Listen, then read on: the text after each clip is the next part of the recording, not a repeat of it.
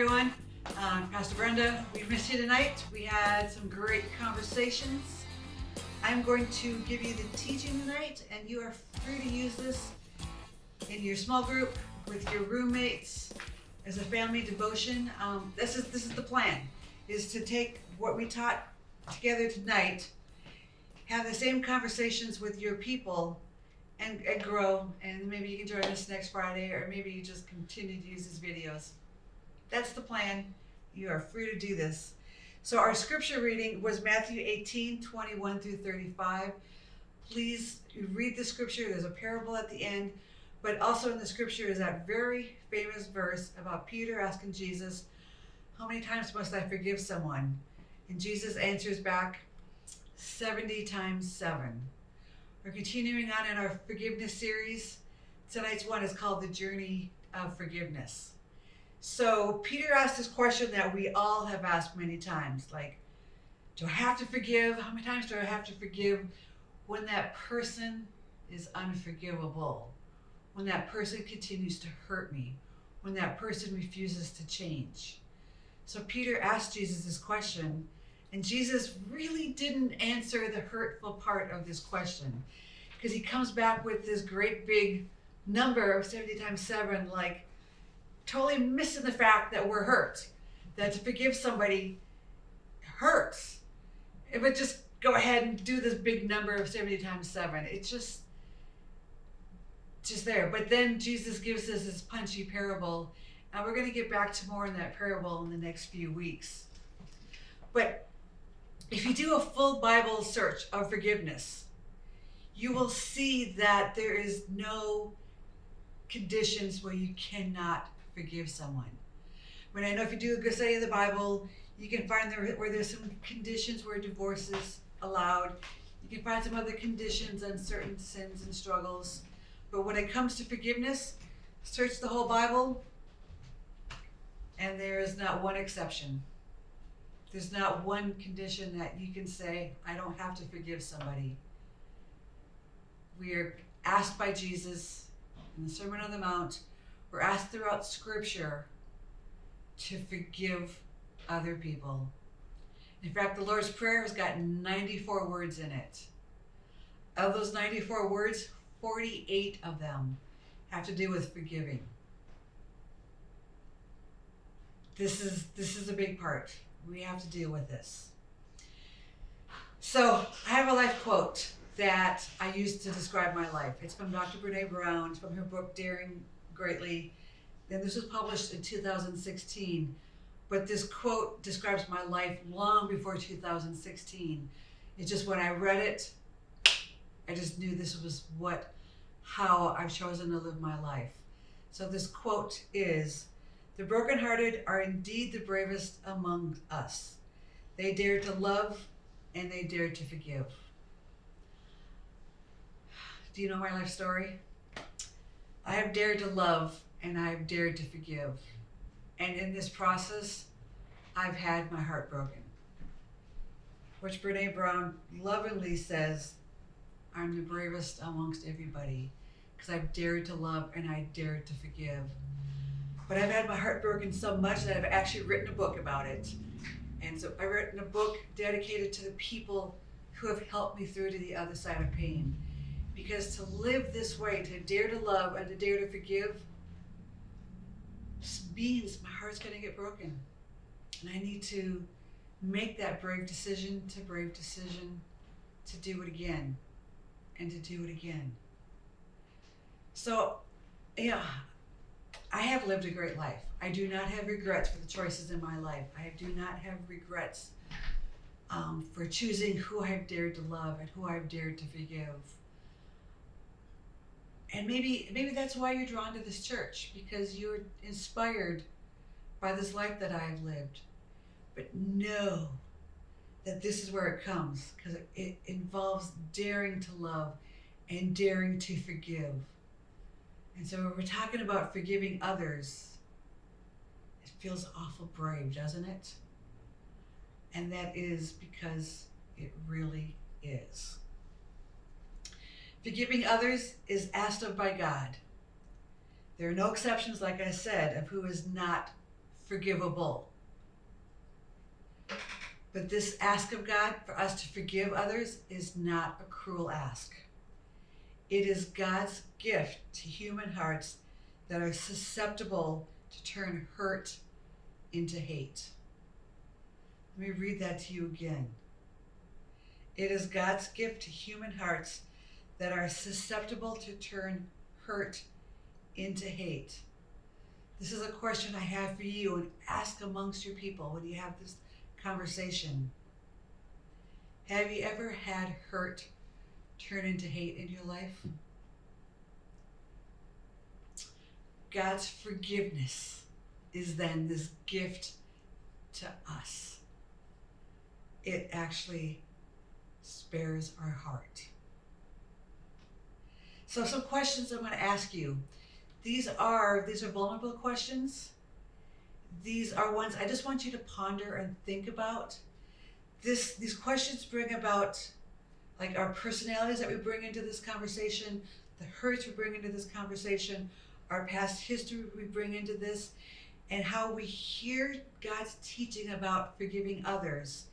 It comes from our background that helps us understand better or helps us distort better. So I'm just going to ask you these questions. They're kind of open-ended to put you in a place to receive this teaching about God's ask of us to forgive others, so that you also know that we understand where you're coming from. We understand how hard it is. And we're going to go from this point of pain. So just think, ponder inside your head. When someone hurts you, breaks up with you, betrays you, or hurts your feelings, how do you react? Do you get angry, sad, hurt back, hide yourself? Does it depend on the person and situation? What does it depend on? Do you tend to blame the other person, or do you tend to blame yourself?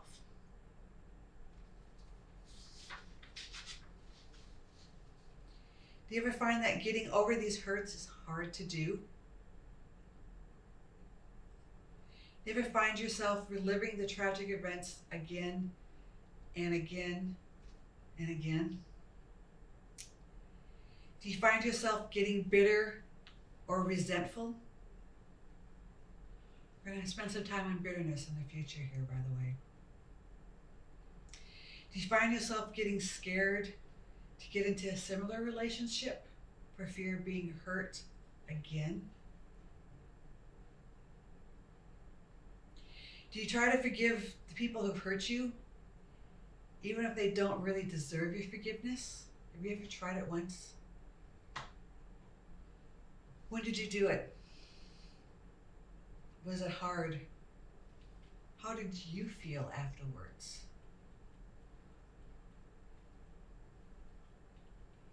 And have you ever been forgiven? It's a good question, right? As part of our conversation tonight, someone shared that they have done the hard thing to forgive somebody who's never forgiven them back. And that's what they were thinking we were talking about. But have you ever been forgiven?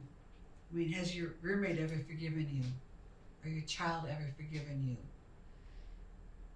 I mean, this goes just beyond that one incident you're thinking of right now that I actually drew you to think about. But have you ever in your life been forgiven? I want that to be brought into this conversation. And also, before we move on in this teaching, I want to recognize there's pain involved. And this pain that you feel, you have felt, you're going through is real, and we're not going to delegitimize that. So my last question is this. Do you struggle with wondering if your pain is legitimate? You hurt, it is legitimate. Your list of pain is long, and your list is justified. Brene Brown said, and this is great, comes from her research, And she actually spent time researching forgiveness, which I would absolutely love that research, be in that research. But what she discovered from her stories that she collected and tried to find the streams through of truth is this quote: "If you make a choice to forgive, you have to face into the pain. You simply have to hurt." And that's in her book, Rising Strong. You simply have to hurt. But guess what?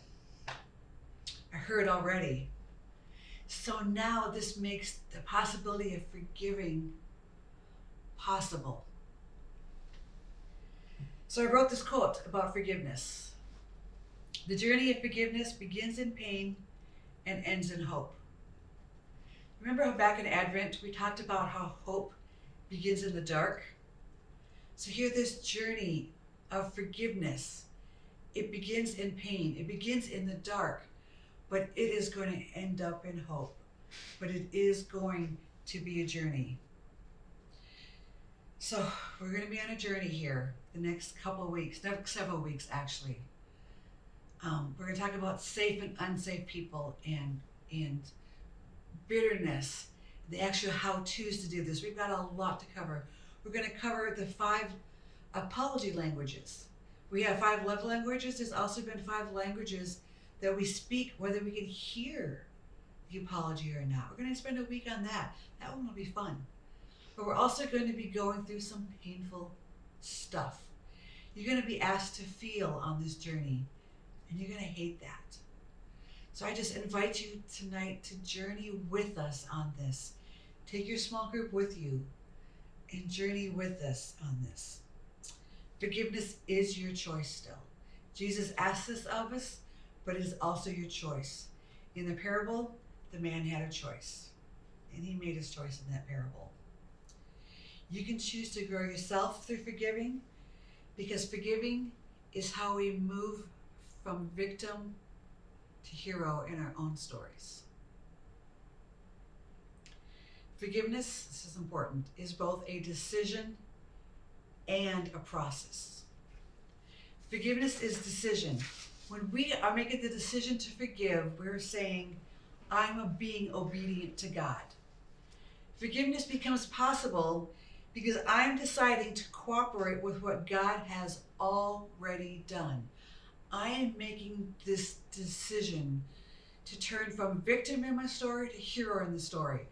Now there's a lot I got to process through this, and this is the journey, but it's the decision and the journey. And this is the important thing. When you make that decision that you're going to forgive this person, you're making a memory. It's a marked moment when you're saying, I've decided I have suffered long enough because of what other people have done to me. So I'm going to sever myself from this unforgiveness attachment to the source of suffering. I'm going to walk in healing. This is your decision. Then the process, this could be 1 hour, this could be 1 week, this could take you 30 years. This is what I want you to know. The goal of forgiveness isn't perfection. It is progress. And it is in this journey where you find your freedom. Part of that freedom also includes boundaries, by the way, and that will be another discussion we're going to be having. So the question we ended on tonight with this message is, what are you looking forward to as we go on this journey of forgiveness? Ask amongst yourself, what are you looking forward to on this journey of forgiveness? Now also, we had a conversation tonight about racism again. We used a video, I'm going to include the video in the comments here, so please, it's a 10-minute video. Share this with the group and let the conversation grow. We had a fascinating one. So I'm just going to read you some questions that I wrote from the video, but you may go in a whole different direction, and I'm going to teach you with one of the directions that we went in after I read you these questions. So watch the video and then think, How did thoughts change for you when you realized that marriage has only been legal for our Black brothers and sisters for 5 generations? How does this increase your compassion? Do you believe that people of color navigate America as a visitor? What does that mean? And really think about that. How can we esteem our Black brothers and sisters? They call themselves kings and queens. How can we also esteem them? And we have these conversations because change is coming and it starts with us. So, since we as a church have had these conversations from day one as a church, and we're going to continue to have these conversations, what change do you see coming? Let's talk about that. It's been October. It's been 4 months. So, in our conversation, we had this conversation. One of our people mentioned how he watched the movie Holiday Inn over Christmas. He watches it every year over Christmas because it's a Christmas movie. And in the movie, they actually have a scene where they come out in blackface. This Christmas, when he watched it, he noticed it. And it offended him. Christmases prior, he didn't even notice it. This is what I mean about change and change coming. This is why we have these conversations. This is why this church is founded on having these conversations, because we're going to be part of this change that the culture is in right now, that I believe God is calling us to realize that our Black brothers and sisters have only had marriage legalized for 5 generations, and that's in the video that talks about that, is an amazing, sad thought. We're going to be part of this change. Part of the larger story is God's redemption of this sin that's been going on for too long. So please take the video, take these questions, have this conversation, and be part of this change. Thank you for joining us, you guys. Love to see you on Friday nights, but we are also happy that you use this to have a conversation with your people. We're just very happy about this. This is what this church is about. It's having these conversations. There's 168 hours a week. We meet together for 1 hour and 15 minutes on Friday nights. The other 167 hours, there's a place for you here in our church also. Thanks, you guys. We're a part of change. We are trusting God for a lot. Thanks for being a part of us. Bye.